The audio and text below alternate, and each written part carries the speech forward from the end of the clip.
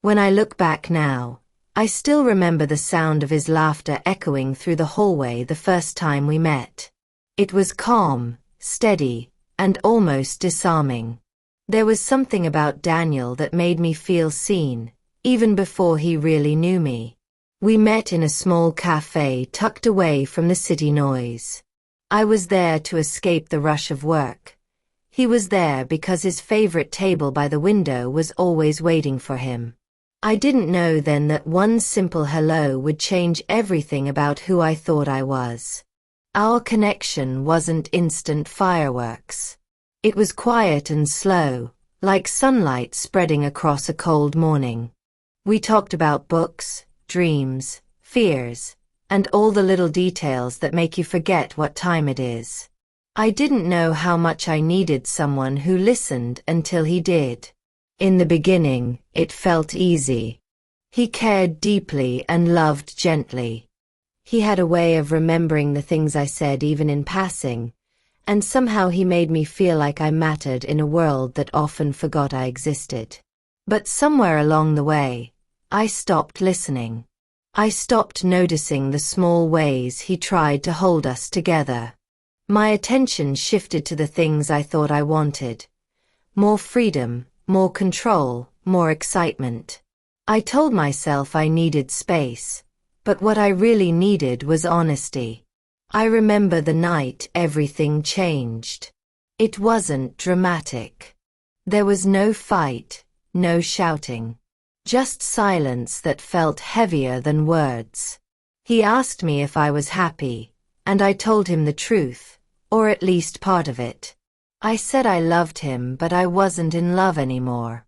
The moment the words left my mouth, I saw something in his eyes fade.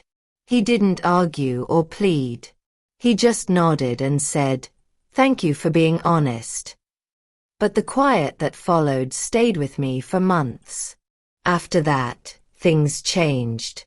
The laughter became less frequent. The messages grew shorter. And I could feel the distance building between us, even when we sat side by side.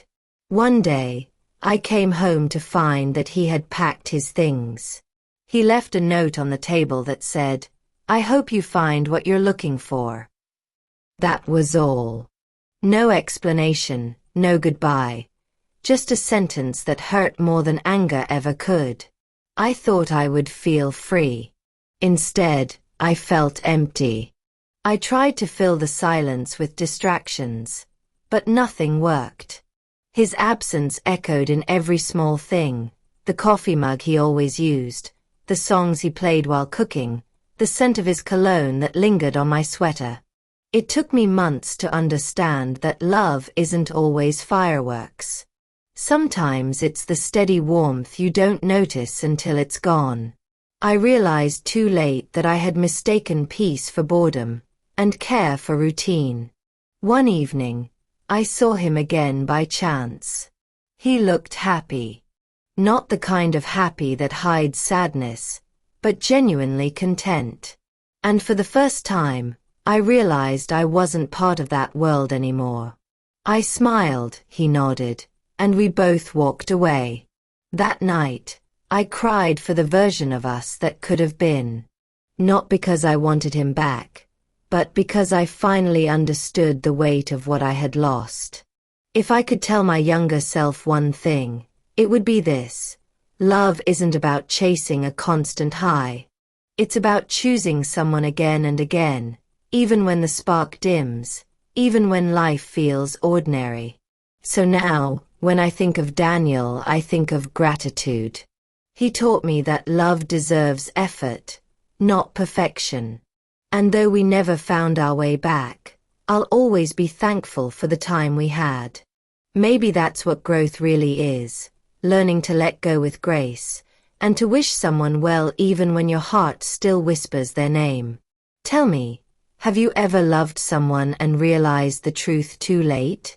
If this story touched your heart, please like, share, subscribe, and turn on notifications so you never miss another story like this.